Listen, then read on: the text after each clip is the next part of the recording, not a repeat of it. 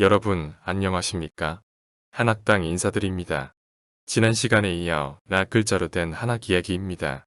이번 시간에는 선문답에서 임나이 본부까지 살펴보도록 하겠습니다. 선문답이란 선문과 선답이 합쳐진 말입니다. 선문이란 봉선에서 천자가 하늘님에게 올리는 질문을 말합니다. 선답이란 봉선에서 하늘이 천자에게 내리는 답변을 말합니다. 천자란 하늘의 아들 자격으로 천재를 올리는 제를 가리키지만 오로서는 왕을 포함합니다. 조정은 하늘에 고하는 선문을 엄선하고 밀봉하여 천자에 전달한 후 비밀에 붙입니다. 봉선에서 하늘로부터 선답이 내려오면 천자는 봉선을 종료하고 조정은 검증 과정을 거쳐 선문답을 만백성에게 공개합니다.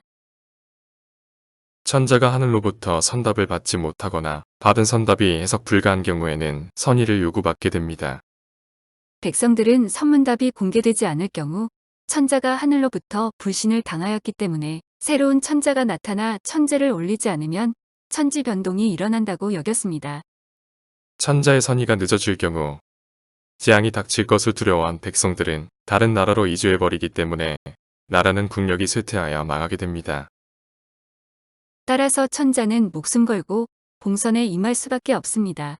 현대적 개념에서 볼 때 목숨 건다고 달라질 게 있는지는 의문이지만 말입니다. 봉선이란 천자가 하늘과 접하기 위한 천재를 말합니다.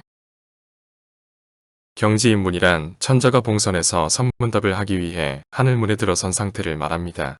경지입문을 좀 더 자세하게 살펴보겠습니다.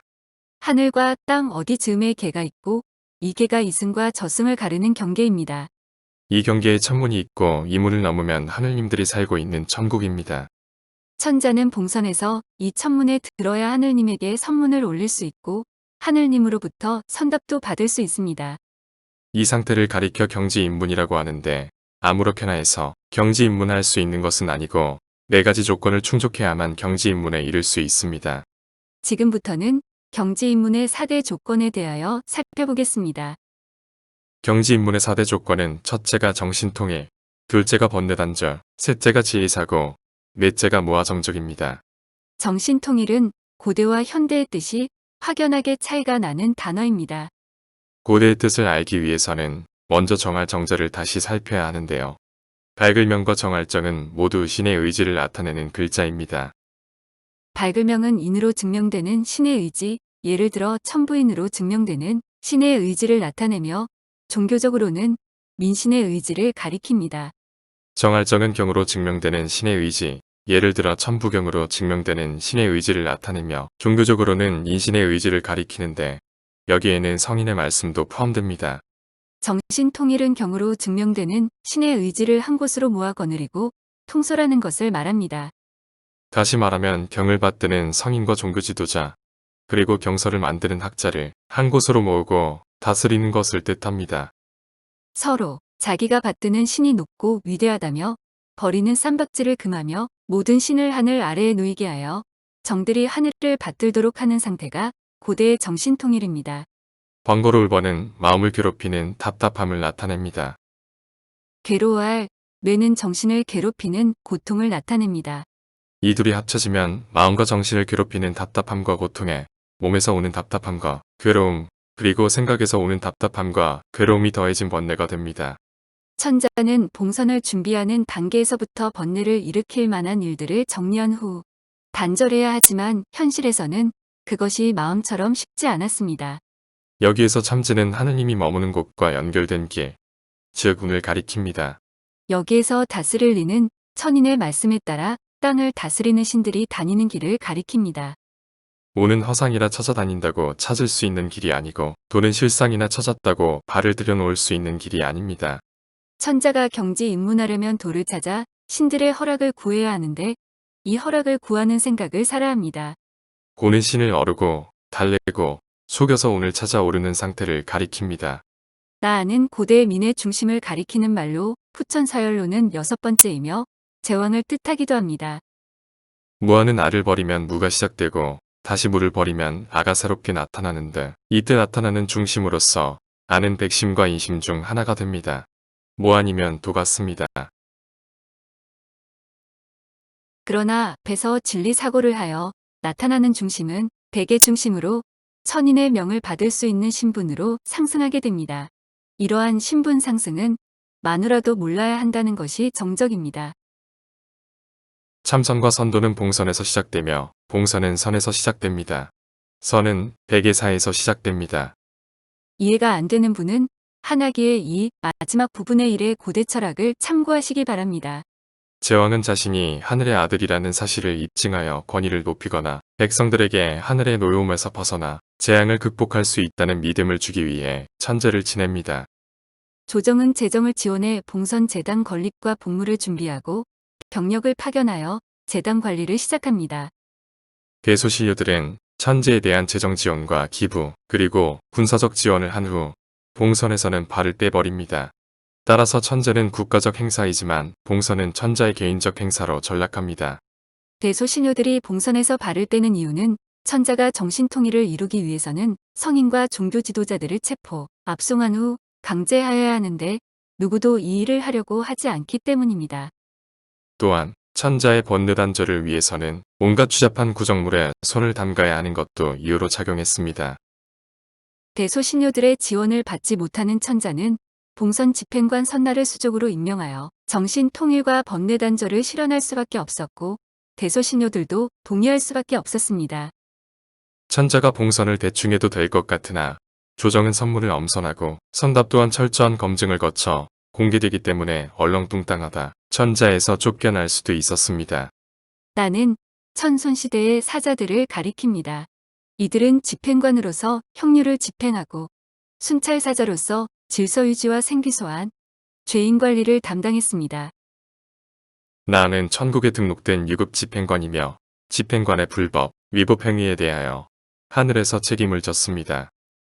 나는 황국시대의 하늘의 이름으로 임명하는 집행관을 가리킵니다. 이들은 형률 집행, 질서유지, 생기소환, 죄인관리를 담당했습니다. 나는 정식 등록된 유급 집행관이며 집행관의 불법, 위법 행위에 대하여 환에서 책임을 졌습니다. 선나는 제왕시대의 하늘의 이름으로 임명하는 집행관을 가리킵니다. 이들은 천자의 봉선을 집행하고 봉선에 관한 질서를 유지하며 하늘과 봉선에 불경한 죄인을 처결하고 관리했습니다. 선나는 처결권을 가진 막강한 집행관이나 무등록 무급이어서 불법, 위법 행위에 대하여 누구도 책임을 지지 않습니다. 선나에 관한 문제가 제기될 경우 중앙조정은 모르는 일이고 지방관하는 눈을 돌려버립니다. 임나는 제왕이 하늘의 이름으로 평시에 임명하는 특수목적 집행관을 가리킵니다. 임나는 선나와 목적만 다를 뿐 하는 일과 하는 짓이 똑같았습니다. 임나제도는 조선까지 이어왔는데 고대의 임나와 목적이 달랐습니다. 조선의 임나는 유민관리, 교육, 금력의 질서를 유지하면서 최종적으로는 국외인 금역을 내국으로 만드는 역할을 담당했습니다. 선나는 천자로부터 교지를 받는 즉시 성인이나 종교 지도자를 신의 이름으로 소환하는데 이들은 천손시대의 생퀴소환 제도를 이용했습니다. 생귀는 신이 살아서 부르는 것을 말하고 사귀는 죽어서 부르는 것을 말합니다. 소환된 성인이나 종교 지도자는 자신이 믿는 신이 하늘 아래 있다는 사실을 자인하고 경배한 후 봉선이 끝날 때까지 금역에 머물러야 했습니다. 생귀 소환이나 봉천을 거부할 경우 이들을 역천형으로 다스려 사기로 만들었는데 그 범위가 구족에 달했습니다. 선나는 천자가 번뇌하는 원인을 찾아 제거하는 일을 수행합니다. 이 과정에서 합법적인 살인, 납치, 약탈이 자행되고 청부가 생겨났습니다. 선나에 의한 암살은 천자의 번뇌 대상에 국한되지 않고 정적이나 호족 간 세력 대결, 원한 관계 등의 청부를 받아 역천에 누명을 씌워 자행했습니다. 선나에 의한 납치는 생기소환이라는 합법적 천율로 진행되었으며 천자의 번뇌 원인 외에 청부에 의한 납치가 더 많았다고 합니다. 선나는 무급이어서 청부와 약탈을 주 수입원으로 삼았습니다. 조공이나 복물을 약탈하거나 복물 배달을 강제한 후 배달 사고를 일으켜 가로채기를 일삼았으나 이 또한 하늘의 뜻이라 이 일을 재개할 수 없었습니다.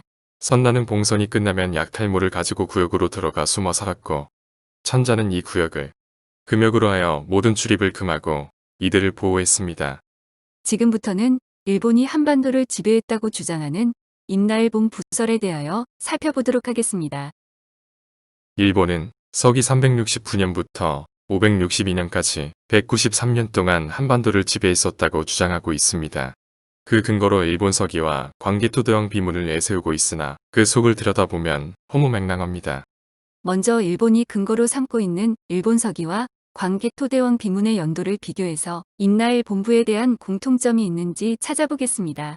일본 서기는 외가 369년 한반도를 침공하여 칠국 사업을 점령, 임나를 설치해 다스렸다고 하지만 광개토대왕 비문에 따르면 외는 391년까지 백장과 신라의 조공을 바치며 오손도손 살아왔다고 적혀 있습니다. 다시 이야기하면 391년까지는 외가 신라의 조공을 바치기 위해 한반도를 방문한 것 외에 점령을 목적으로 방문한 사실이 없다는 것을 광개토대왕 비문이 증명하고 있습니다. 396년 백잔이 신라와 외를 신민으로 삼는 일이 발생합니다. 광개토대왕이 수건을 직접 이끌고 백잔을 공격, 항복을 받아냈고 399년에서야 백장과 외가 짝짝꿍하여 신라를 왕따시킨 후 외가 한반도에 몰려들기를 천손이 머무는 성의 경계인 해자가 무너질 정도에 이르니 광개토대왕이 군사 5만을 보내 외를 몰아냈다는 것이 광개토대왕 비문의 내용입니다. 이렇듯 일본 서기와 광개토대왕비의 연도를 비교하면 외가 한반도를 점령했다고 볼 만한 공통점은 아무것도 없습니다. 임나일 본부설을 임나 임명권으로 살펴보면 그 허구성은 더욱 분명해집니다.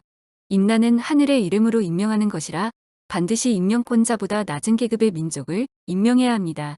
마한과 고구려는 민국이어서 송민이나 인을 선나와 임나로 임명할 수 있고 백장과 신라는 송민국이어서 인을 임나로 임명할 수 있습니다. 그러나 외는 인국이라서 임나를 임명할 자격이 없습니다. 굳이 임나를 임명하고자 한다면 서유기에 나오는 손오공이나 사오정과 같은 신분의 자를 임나 형식으로 임명할 수 있으나 이는 실현 불가능한 상상입니다. 임명권으로 임나를 살펴보면 외는 임나를 임명할 수 없으나 반대로 백장과 신라의 임나가 될 수는 있습니다. 즉 백장과 신라의 임나를 하면서 만들어진 외나부를 임나일 본부로 바꾸었을 가능성이 높습니다. 일본이 외나부를 임나일 본부로 바꾼 이유도 여기에 있습니다. 일본이란 말은 천손 중 일양파를 지칭하는 말입니다. 즉 외는 임나를 임명할 수 없지만 일본은 임나를 임명할 수 있기 때문입니다. 일본이 이렇게 허접한 임나일 본부설을 들고 나온 이유는 외가 한반도를 지배했다는 역사적 사실을 만들기 위한 것이 아니라 자신들이 천손이라는 정당성을 확보하기 위한 것으로 보입니다. 이에 관한 이야기는 다음 기회가 되면 따로 다루도록 하겠습니다. 이상으로 한학의 이해 세 번째 이야기를 마칩니다. 다음은 한학 이야기입니다. 시청해주신 모든 분께 감사드립니다.